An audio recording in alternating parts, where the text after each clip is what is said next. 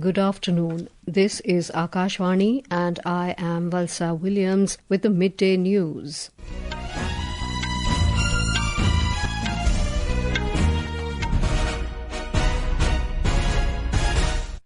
The headlines. Prime Minister Narendra Modi says NDA government is devoted to welfare of the poor and citizen empowerment through inclusive development as it completes 11 years in office. President Droupadi Murmu emphasizes power of collective action for greener future on World Environment Day. Prime Minister Modi leads tree plantation drive, flags off 200 electric buses in Delhi. Bad weather stalls tourist evacuation in flood-hit Sikkim. 63 rescued so far. Death toll in Assam reaches 14 in rain-related incidents.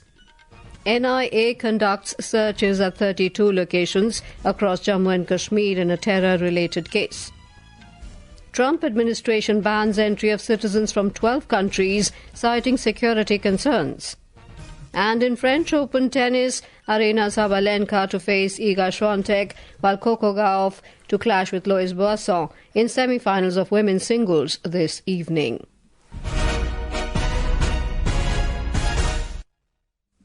Prime Minister Narendra Modi has described his government as compassionate and devoted to welfare of the poor. As the NDA government at the centre completes 11 years in office, Mr. Modi emphasised the government's transformative efforts in combating poverty and empowering citizens through inclusive development. In a social media post, the Prime Minister highlighted key initiatives such as PM Awas Yojana, PM Ujjwala Yojana, Jan Dhan Yojana and Ayushman Bharat, which have significantly improved access to housing, clean cooking fuel, banking services and healthcare.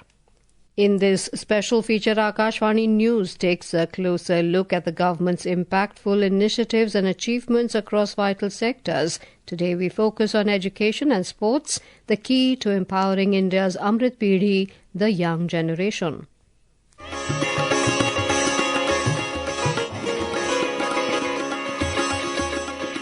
In a country where almost two-thirds of its population is under the age of 35, it is the youth that will shape India's destiny. And today, the government is laying the foundation for the future dreams through education and sports. In the field of education, the government has laid out an ambitious roadmap to ensure holistic and inclusive learning from the foundational level through higher education. Under the National Education Policy, NEP 2020, the government aims to achieve 100% enrollment from preschool to secondary level by 2030 and 50% in higher education by 2035. Since 2014, the number of higher education institutions has jumped from 51,000 to over 70,000, with major expansions in IITs, IIMs and AIMS. The PM Shri Yojana is upgrading 14,500 schools, focusing quality education, holistic development and 21st century skills, while also serving as a mentor institutions for neighbouring schools. Alongside education, sports have emerged as a national priority. Under the Khelo India movement, over 1,000 training centres have been opened and 3,000 young athletes receive annual support of 6.28 lakh rupees. The Target Olympic Podium Scheme, TOPS, supports India's top athletes with training, equipment and international exposure. These efforts are paying off. India won 13 medals in the last two Olympics and a record-breaking 29 medals at the Paris Paralympics. India isn't just teaching its youth to read and write. It is teaching them to dream big, run fast and never stop. Vishnu PS, Akashvani News, Delhi.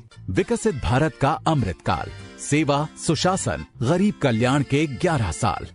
The President, Vice President and Prime Minister on World Environment Day called upon citizens to strengthen their resolve and reaffirm their commitment to protecting the planet. In a social media post, President Droupadi Murmu emphasized the power of collective action that can lead to a greener earth for future generations. Vice President Jagdeep Dhankar highlighted the link between planetary health and all living beings. Prime Minister Narendra Modi shared a video message praising grassroots efforts to make the environment greener and more sustainable. प्रकृति रक्षति रक्षिता, अर्थात जो प्रकृति की रक्षा करते हैं, प्रकृति उनकी रक्षा करती है. पर्यावरण में संतुलन ये हमारी पुरातन परंपरा का एक अहम हिस्सा है. हमारे यहाँ कहा गया है, यत् पिंडे तद ब्रह्मांड, यानी जो पिंड यानी जीव में है वही ब्रह्मांड में है. On the occasion, the Prime Minister led a special tree plantation drive at Bhagwan Mahavir Vanasthali Park in New Delhi today. Mr. Modi planted a banyan sapling under the Ek Ped Maa Ke Naam initiative. Prime Minister Modi also flagged off 200 electric buses under the Delhi government's Sustainable Transport Initiative. The Prime Minister also planted a sindoor sapling at his residence. The plant was gifted to him by the brave women of Kutch in Gujarat who had displayed extraordinary courage and patriotism during the 1971 India-Pakistan War. Railways Minister Ashwini Vaishnav has said that Indian Railways has accelerated its efforts towards decarbonisation with a sustained push for adopting the cleaner mode of transportation. This is in line with Prime Minister Narendra Modi's Panchamrit goals for achieving net zero emissions by 2070. In an article written in an English daily on the occasion of World Environment Day, Mr. Vaishnav added that the Indian Railways is working on a multi-pronged approach to achieve the net zero emission target. This is Akashvani giving you the news. For quick news updates round the clock, follow us on our X handle at AIR News Alerts. And for details of stories and more, log on to our website www.newsonair.gov.in and download News on AIR app. Welcome back to the midday news. In flood-affected Sikkim, evacuation of stranded tourists from Chaten has been stalled due to bad weather. The rescue operation had commenced this morning with 2 Mi-17 helicopters successfully completing 2 sorties so far to airlift 63 evacuees out of 109 stranded tourists to Pakyong Greenfield Airport from Chaten. In Assam, the flood situation remains critical as incessant rainfall continues to swell water levels of rivers and inundate new areas. Over 6 lakh people across 19 districts have been affected, with nearly 1,500 villages submerged. The death toll has reached 14 in rain-related incidents. More from our correspondent. Assam continues to reel under severe flood on the 7th day today. The river Brahmaputra, Barak, Buridihing, Kopili, Sonai, Katakhal and other tributaries are following above danger level. According to the Assam State Disaster Management Authority, over 41,000 people are in the 190 relief camps. Road, railway and ferry services have been disrupted at various places across the state. Meanwhile, the Indian Meteorological Department has warned of light to heavy rainfall with thunderstorms at isolated places all over the state. Aminul Zuddar, Akashvani News, Guwahati. In Arunachal Pradesh, continuous heavy rainfall has disrupted normal life, affecting over 33,000 people across the state. Flash floods and landslides have triggered road blockades, leaving many interior villages cut off.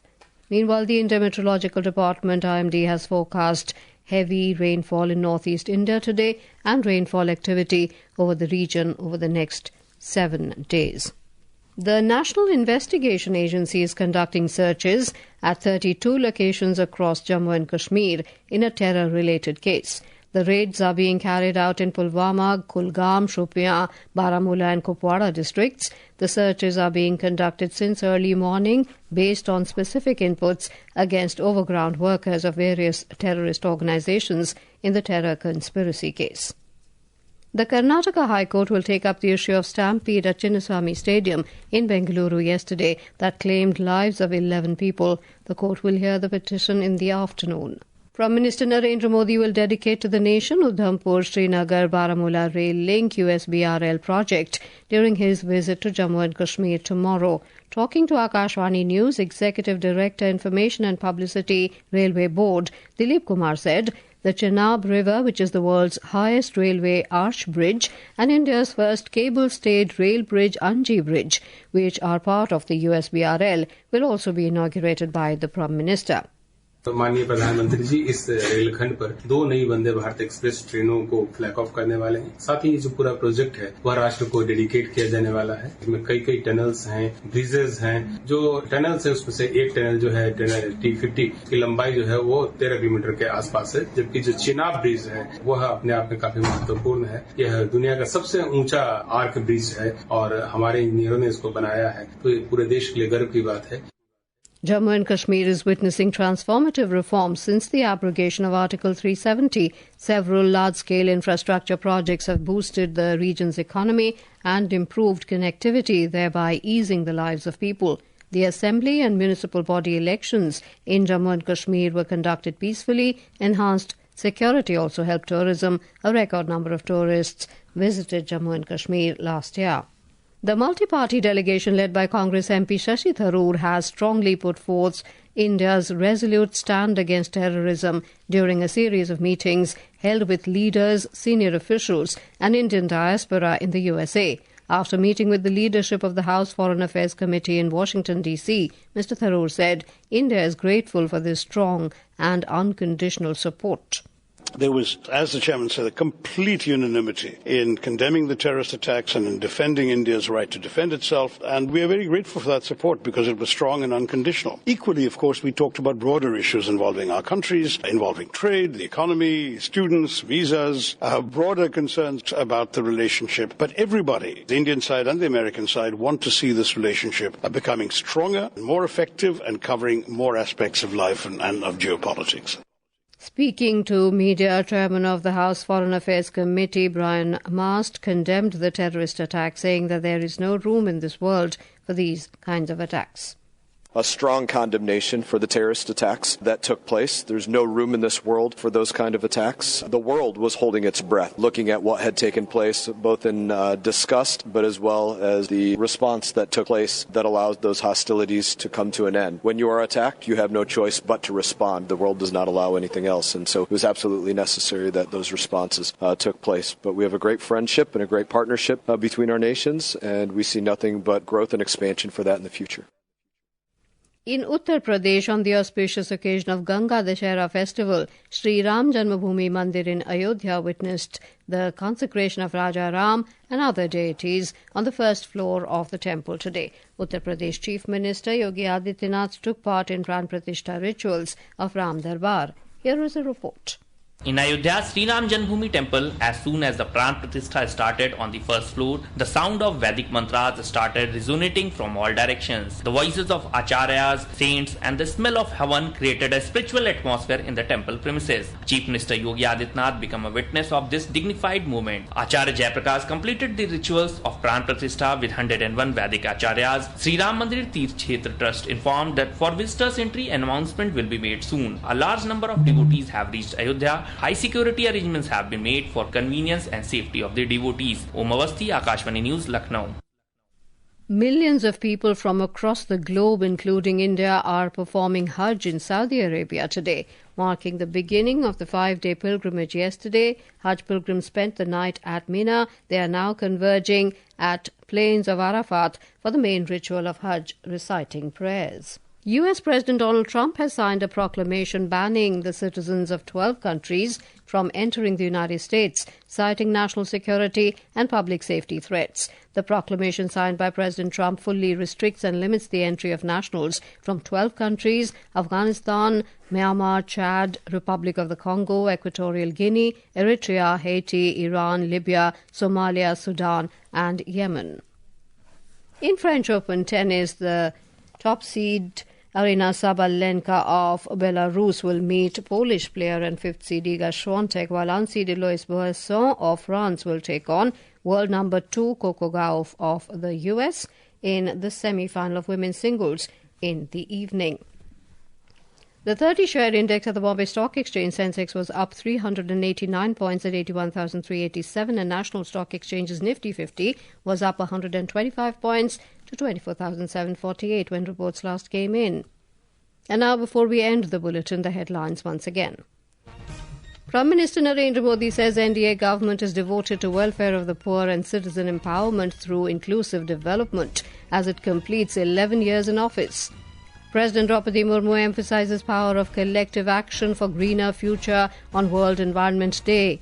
Bad weather stalls tourist evacuation in flood-hit Sikkim. Death toll in Assam reaches 14 in rain-related incidents. NIA conducts searches at 32 locations across Jammu and Kashmir in a terror-related case. Trump administration bans entry of citizens from 12 countries, citing security concerns. And with that, we end the midday news.